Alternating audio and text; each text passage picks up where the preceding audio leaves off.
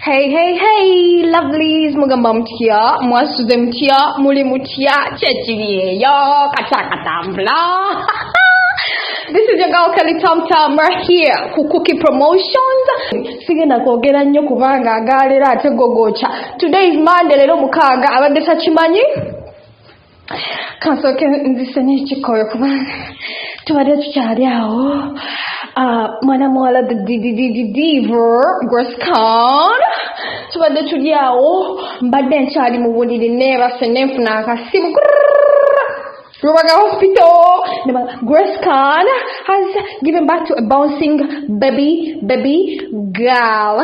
Mwana muwala Grace atuzalidde Sukali. Azadde Sukali. Naye ng'ate Daddy Sukali sinakulabako. Kunonya nze Kelly Tam kunonya. Mwana muwala Grace on this beautiful Monday morning, she just gave birth to a bouncing baby girl. Amuzalidde wali Rubaga. Naye omwana amulumya. Akkiriza. Bambi kulika baby sweetheart. Congratulations, darling. Azadde Sukali. Sawa satu ez'okumakya nga Ilona ali ku ground. Mwana muwala gwe bazadde bamuyita Ilona Grana. Abadde takimanyi. The beautiful baby girl is called Ilona Grana. Naye omwana ye muzungu sinabitegeera. Daddy oba mchotala oba mzungu. I just don't know. I don't know. You people, I'm excited. Mwayogeranga ate koja chitonsa uyo mubukide Prince Omar uyo iwo the babies mzungu wama daddy Ilona nze nkunonya njatumye mu kachai twogere mu kubugambo baffe ku Kookie Promotion, your number one YouTube channel ekuletera agaka gwao agocha right there where you are wega kusanga. Thank you for subscribing. Thank you for watching our videos. Thank you for loving us. Atana subscribing. If you are new, you're most welcome to connect on your channel. Here at Kookie Promotions, we are family. Sandro gamba otya? Ndio lyotya. Mukulika akana. Twakakulise. Nawe ku status yo gamba mbo nakawera abuzi. Kale Grace like omwana yamulumye nnyo. Yamulumye natuka nangamba mpulira nkoye tugende bansale. Nenga omanyi omuntu yenna osoka n'olindako. Nengere omwana gyamulumye nnyo ate tasaa kulinda. So kwe kumbulako. Nenga yabadde around Rubaga koza azadde Rubaga.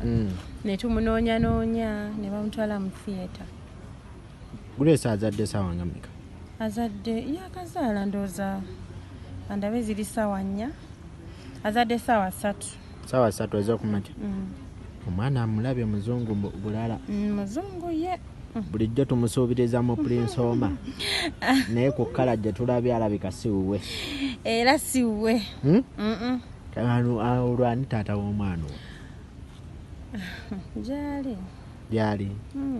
Ne ku bonna mama ne taata atutte kala yani. Atutte ya taata. Ya taata. Taata mweru. Kyoga bulijjo tujweteko ebigambo nti Prince Omar. Bulijjo mubimusibako obusibi. Ogenze n'ogamba nti yababuzeeko olwo musanze mutya ye yabadde abuliddewa. Yabadde agenze muwadize eri wansi kale ng'avuddeyo eno nga yagala fuluma agenda nga Okay, before I go any astray, in case of solar solutions, you have solar issues, Ask Security Solar System wedi okuyamba ekigambo kya luzungu nnyo. Ask Security Solar System wedi okuresolvinga okusettlinga issues za solar zizo nazo solar issues zizo nazo ina wetaaga kamera ku farm yo, wetaaga kamera ku solar yo, byonna ebyo Ask Solar Security Systems ebikola. Ask Security Systems, you can call them on 0701 43 05 63.